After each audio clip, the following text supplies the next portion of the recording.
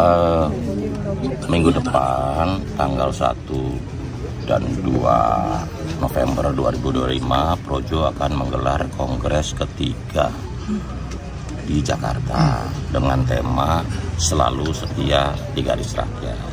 Karena itu kami sowan ke Pak Jokowi karena sebagai Ketua Dewan Pembina Projo.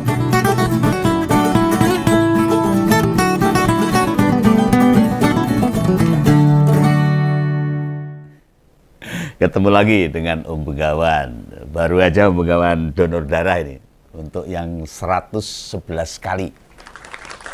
Ya, sehat itu mahal dan donor darah itu sehat.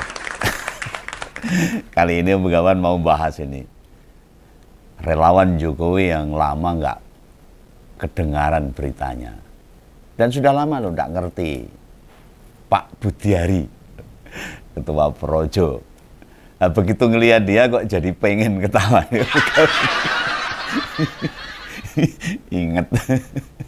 Ingat bintang film. Kenapa begitu? Ya dilihat dari penampilannya, wis kayak gak ada semangatnya. Ngelokro, lesu, ngelumpruk kayak kuban, 3 minggu ra dikuban. Gak sigrak seperti dulu. Ya ngomongannya pasang badan gitu, gagah kayak Gatotkaca. Sekarang kayak Gatotkaca hilang gapite. Lah piye ame semangat? Wis gak duwe jabatan apa-apa. Gak ada lagi yang bisa dibanggakan. Meskipun masih dicantoli judul yang belum terungkap ini. Pasti ada yang ngira loh, kan dia itu ketua organ relawan Projo. Heran ini kok relawan Projo, kok masih ada relawan-relawan terus. Relawan yang citranya tidak perlu diragukan lagi ketika membelani Jokowi. Wow. Tenane cari sopo. Nah, kenapa Om Begawan bisa menyimpulkan begitu? Ya silahkan cek. Bekas menteri itu ke Solo kemarin tuh hari ini tuh bersama jajaran DPP Projo. Loh, masih ada toh. Dan dilalah mereka datang ke Solo itu saat durunge Jumatan, dan tak lihat di konten-konten YouTuber yang sehari-hari nongkrong di rumahnya Jokowi, terus perhatikan tuh wajah atau raut mukanya Budiari waktu dia tiba di rumah Jokowi. Nah, mau mesem wae kuwi terkesan kaya abut. Mesem ora iso. Ora lilo. Terkesan dipaksakan dalam dirinya, ataukah ada tekanan batin atau sesuatu yang kecewa dalam hatinya ketika direshuffle dari Menteri Koperasi. Nah, kira-kira apa yang lagi ada di hati atau benaknya? Ya, banyak hal. Panjang pasti. Loh, setelah sowan pada wartawan, Budiari itu memberi keterangan kalau kehadiran mereka ke rumah Jokowi itu buat meminta arahan. Arahan soal apa meneh lho. Pak Jokowi itu kan sudah bukan apa-apa kok jadi relawan argo ngopo. Rupanya mereka mau kongres ketiga, badalah. Kongresnya akan berlangsung pada 1 sampai 2 November. Lah Jokowi sebagai Dewan Penasihat Projo otomatis dimintai arahan. Jangan-jangan seperti arahan Jokowi kepada pengurus DPP PSI ini. Lah sing lucu ini. Kok ya data nganggo arahan. Loh, kata mereka Jokowi meminta relawan mendukung pemerintah. Ini arahan pertama. Ini ngomongnya Budiari loh. Karena kepemimpinan Prabowo punya program yang baik untuk rakyat. Tenane loh, Pak. Lah coba ngerti ngene iki apa orang ngeluh sih Rai? Si Budiari itu tadi loh. Kenapa saya bilang begitu? Lu habis dipecat sama Pak Prabowo kok suruh mendukung loh. Mereka datang buat melaporkan mau kongres loh. Kok malah arahannya kok suruh dukung Pak Prabowo, suruh dukung pemerintah. Lah tentu arahannya ya sebatas penyelenggaraan kongres harusnya. Kok arahan soal sikap politik Projo. Lah wis begitu, arahan Jokowi itu diceritakan Budiari ke wartawan. Ayo akhirnya terbuka semua. Lah memahami kaya ngene kok ya iso-isone cerita itu loh. Sing menehi arahan tidak memahami permintaan, ya toh, sing dijaluk itu kan permintaan arahan untuk Kongres Projo. Lah sing menerima arahan ya ngebleng. Arahan tidak sesuai kepentingan kok diceritake ke wartawan itu loh. Apa ya bener ngono ibaratnya contoh ini, seorang anak mau datang ke sebuah rapat, ini padanannya loh, minta masukan bapaknya. Lah mosok bapaknya berpesan agar ketua panitia atau organisasi di mana rapat itu diadakan didukung, tetap jadi ketua. Lah ora tobat. Selain itu, kok baru sekarang dia kelihatan di publik Butiar itu? Setelah direshuffle dari Menteri Koperasi. Atau senasib Koperasi Merah Putih terus piye? Setelah nggak menjabat itu. Ini sekaligus menjawab kecurigaan Om Begawan. Habis dicopot dari menteri, kok nggak segera lapor ke junjungannya? Ya. Di sisi lain, Jokowi ya sempat bilang loh, wis rodok suwe ya meh ketemu sama Budi Ari. Loh kenapa baru sekarang terwujud? Di saat si ketua relawan tidak punya posisi lagi, kok mau kongres? Ada kepentingan apa? Jangan-jangan loh ini akan merubah Projo ini jadi relawannya Gibran untuk 2029. Loh, ini analisa Begawan aja. Loh apa memang ada desakan dicopot? Waktu itu diganti sama yang lain. Yo itu mungkin di kongres nanti yang mau diadakan di Jakarta itu tanggal 1-2 November, ya kita coba lihat. Mungkinkah terjadi pertemuan antara presiden dengan Jokowi sama wakilnya Gibran? Menurut penjelasan petinggi Projo yang kemarin ke Solo, ketiganya diundang. Ya Gibran, ya Jokowi, ya Pak Prabowo. Bisa jadi beneran ada di acara Kongres Projo. Hanya Gibran, presiden sama mantan presiden tuh tidak datang. Dalam pemahaman umum atau yang sering berlaku di Indonesia, kongres itu menghasilkan dua hal harusnya. Kalau namanya kongres loh, atau musyawarah nasional, apalah namanya itu, muktamar atau apalah, itu memilih ketua umum dan sikap politik pada pemerintah yang dihasilkan. Ya, tentang jajaran yang lain, hak prerogatif ketua umum biasanya. Nah, untuk yang sikap politik, kita semua sudah jauh-jauh hari mendengar. Ada perintah semua relawan Jokowi mendukung Prabowo Gibran 2 periode. Loh, padahal Pak Prabowo semoga ngerumah. Tapi di sisi lain, Jokowi merintahkan relawannya untuk menyiapkan Gibran Presiden 2029. Ini kan namanya kan ngomong dibentur-bentur ke.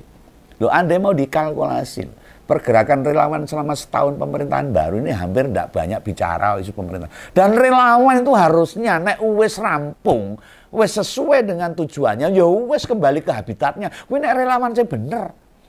Selesai gitu loh. Lah ini relawan aja ngangkrek. Relawan ya mau oke. Ngomong isu yang terkait Jokowi sama Wapres diokai tok itu. Beda dengan pemerintah sebelumnya. Di mana para peran-peran relawan itu kayak sengaja dimunculkan. Ini alaminya. Sebab dalam konstruksi politik Indonesia, organ relawan itu tidak punya posisi istimewa. Oh, namanya relawan. Keberadaan mereka ya kayak ormas, OKP, LSM itu loh. Badan Eksekutif Mahasiswa dan lainnya. Mereka dikembalikan pada tempatnya. Ya, dan itu dilakukan oleh relawannya Pak Prabowo. Relawannya Pak Prabowo itu setelah menghantarkan Pak Prabowo jadi presiden, dia kembali pada habitatnya. Lah ini relawannya Jokowi, relawannya Gibran loh, itu ngancek-ancek. Kan kita ayo jedo golek jabatan, golek posisi, golek proyek. Wah ini fakta, saya nggak nuduh loh. Mau berdebat gitu, ayo kita buktikan. Dilalah di pemerintahan yang sedang berkuasa, 3 elit organ relawan kena kasus semua. Relawannya Jokowi itu loh, dan semua ketua relawan itu Dan ketua-ketua yang tersisa, kalau keturunan relawan yang lain wis loncat, termasuk Bungkawan. Loh, Butiari sempat dikait-kaitkan sama melindungi situs judi online yang dapat setoran 50%. Loh, ini tuduhan loh. Bung Noel kena OTT KPK di Kemenaker dan sekarang masuk BUI. Sedangkan Bung Sylvester, ketua relawan apa itu, merah putih waktu itu juga sudah divonis 1,5 tahun harus masuk penjara. Saiki delik, tahun delik, ngumpet. Sampai sekarang jadi buronan Kejaksaan Jakarta Selatan atas kasus penghinaan kepada Pak JK. Nah, keberadaan para relawan itu memang sebatas kepentingan politik toh. Kayak modelnya influencer itu loh, selebgram, konten kreator, yo kayak aku iki. Siap mendukung siapa saja yang benar-benar berpihak pada rakyat, bakalan dukung. Kalau enggak ya dada. Neng aku sama sekali sebatas punya kepentingan bersuara, melakukan pendidikan politik rakyat, mengkritik isu-isu politik yang sedang terjadi. Orang golek jabatan, wis duit jabatan dewe. Makanya bila status atau posisi relawan disepadankan sama partai, yo kadoan. Ya sebenarnya keliru. Tidak pada tempatnya. Ormas, Badan Eksekutif Mahasiswa, LSM, OKP, termasuk relawan dalam konteks negara, itu civil society. Gampangannya ya elemen rakyat lah, elemen rakyat. Mereka itu tidak mempresentasikan organisasi, lebih pada apa yang mereka suarakan saja dalam jumlah komunitas yang banyak. Lah ngono lho, terminologi ini kok komendane untuk jabatan itu yang bikin kemudian jadi semrawut tata kelolanya, seolah-olah relawan, organ relawan itu bagian untuk ancek-ancek golek jabatan. Lu jenenge udah relawan makelar itu namanya. Lu kehidupan bernegara ora wajar toh.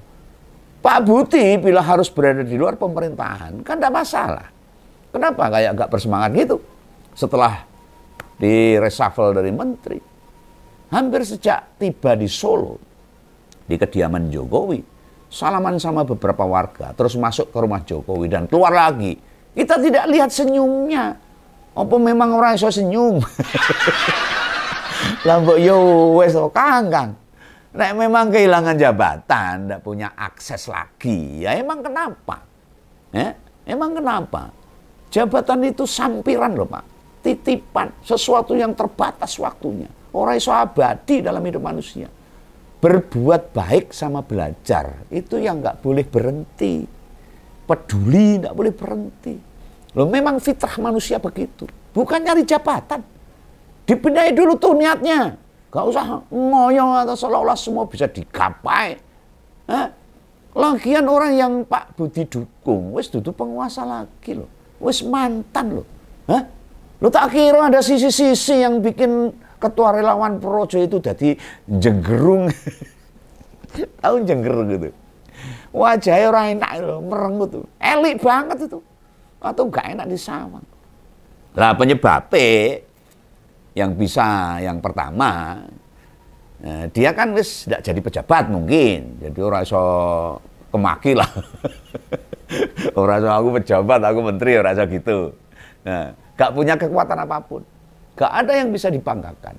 Perjalanan karir di pemerintahan yang dimulai dari wakil menteri desa lalu jadi menteri Kominfo yang berhubungan dengan judul-judul itu dan terakhir sebagai menteri koperasi. Orang enak setahun dipecat.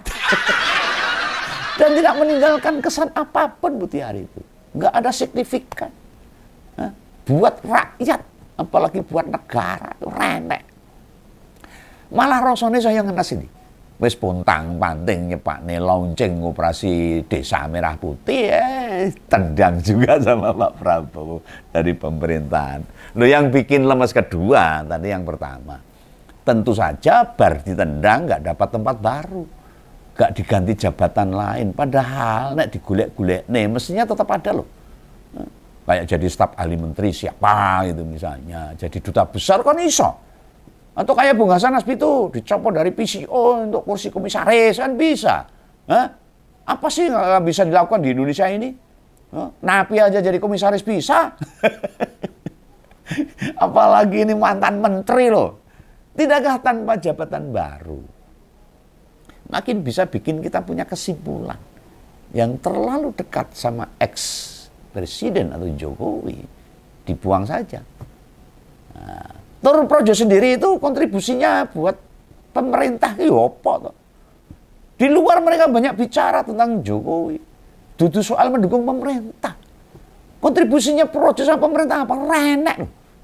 Projo kan khusus mendukung seorang individu toh. Bukan mendukung pemerintah. Dukungnya piye carane? Itu yang kedua. Lah penyebab ketiga yang tak duga loh. Dugaan Om Begawan loh. Bikin Budiari ngelokro, ngelumpruk kayak kumbahan itu ya bebannya sekarang. Nek gak pegang jabatan, ndak untuk kursi baru. Opo yo baleni berjuang dari bawah lagi sebagai relawan. Padahal pemilu pilpres masih 4 tahun lagi. Nah, petang tahun ora mumet. Loh kalau kekuatannya sekedar organ relawan. Kalau bersaing rebutan jabatan sama orang partai, dia juga pasti sudah keluar banyak buat ngedukung Prabowo, Gibran juga kan. Bisa jadi usai tak lagi jadi Menkop. Ya toh. Ya ditarik gitu. Jadi staf ahli wakil presiden kan yo iso toh. Kan dia sering pasang badan dulu buat Gibran. Ini mau Begawan ya rasanya kok pesimis. Kalau dia ditempatkan di mana saya itu pesimis. Nah, kok kita orang duwe nilai kekuatan kredibilitas. Dia dinilai punya bargaining gede renek. Loh, anak muda seperti Gibran disuruh narik generasi kolonial, genah keberatan. Ya, makanya Om Begawan bilang pesimis itu. Nah, pilih narik anak-anak muda yang potensial.